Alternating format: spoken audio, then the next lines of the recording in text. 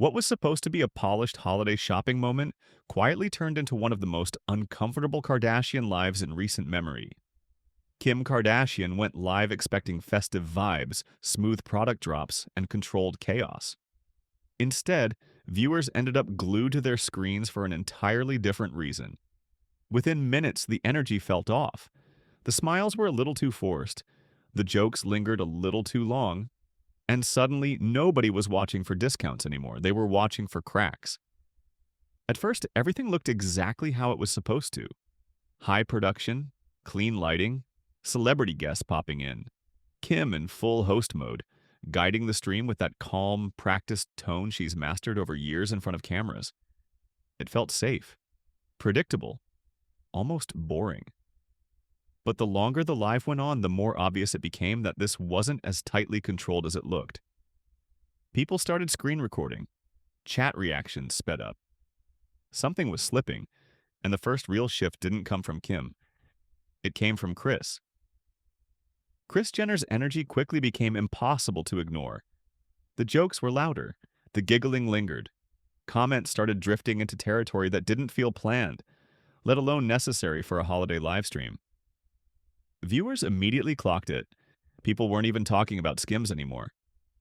They were asking if Kris was okay. The rest of the family seemed aware too, subtly trying to steer things back on track without calling attention to it directly. But once the tone shifts like that on a live broadcast, there's no undo button. Then Khloe stepped in, and whatever balance was left disappeared completely. Khloe didn't tiptoe. She leaned all the way in. Her comments were bold, personal, and completely unfiltered. The kind of stuff that might fly in a private family setting but hits very differently when thousands of people are watching in real time. You could feel the tension ripple through the room. Faces shifted. Laughter sounded nervous. And yet, the audience loved it. The chat lit up. People started saying Khloe was carrying the entire live stream, that her spark was back, that she felt more alive than anyone else on screen. Funny how fast too much turns into the main event. And just when it felt like the chaos had peaked, a voice chimed in that nobody was expecting. Rob Kardashian. It wasn't a dramatic entrance. No big reveal. Just a dry comment dropped mid-conversation that caught Kim completely off guard. You could hear the surprise in her voice. That moment hit harder than any loud joke because Rob has been missing from this world for so long. His absence has always been louder than his presence. And even hearing him for a split second reminded viewers why his situation is so complicated. People say they want him back, but the internet has never been gentle with him. The second he steps into the spotlight, the criticism floods in.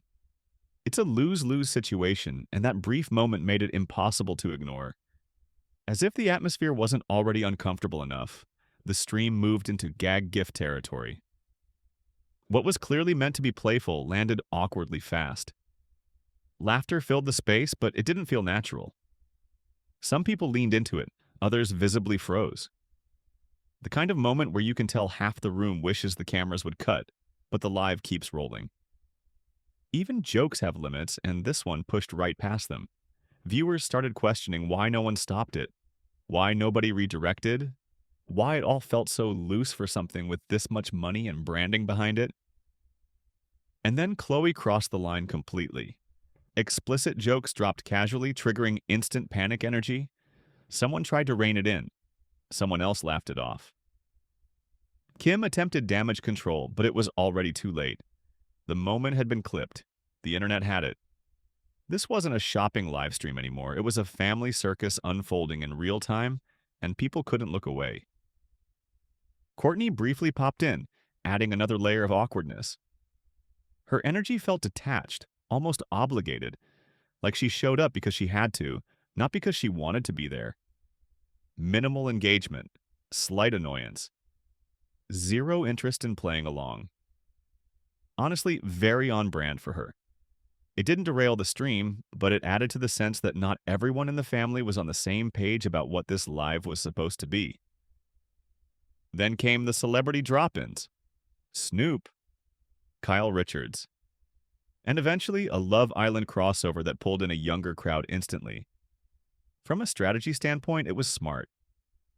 Reality TV fandoms are loud, loyal, and constantly online, but the execution felt stiff. Lines sounded rehearsed, energy dipped.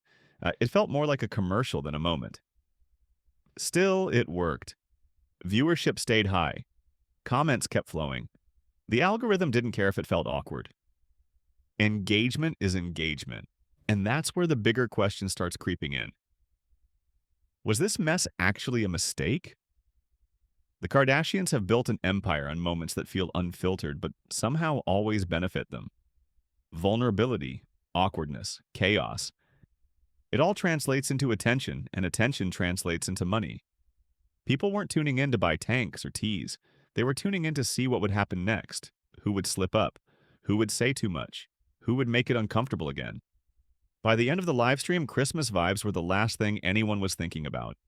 What stuck were the moments that felt unscripted, the tension between family members, the sense that control was slipping just enough to feel real. And whether intentional or not, it worked. People watched, people talked. Clips spread everywhere. So the real question isn't whether this live stream was messy, it's whether messiness is now the strategy. Because love them or hate them, the Kardashians know one thing better than almost anyone else. You don't need perfection to keep people watching.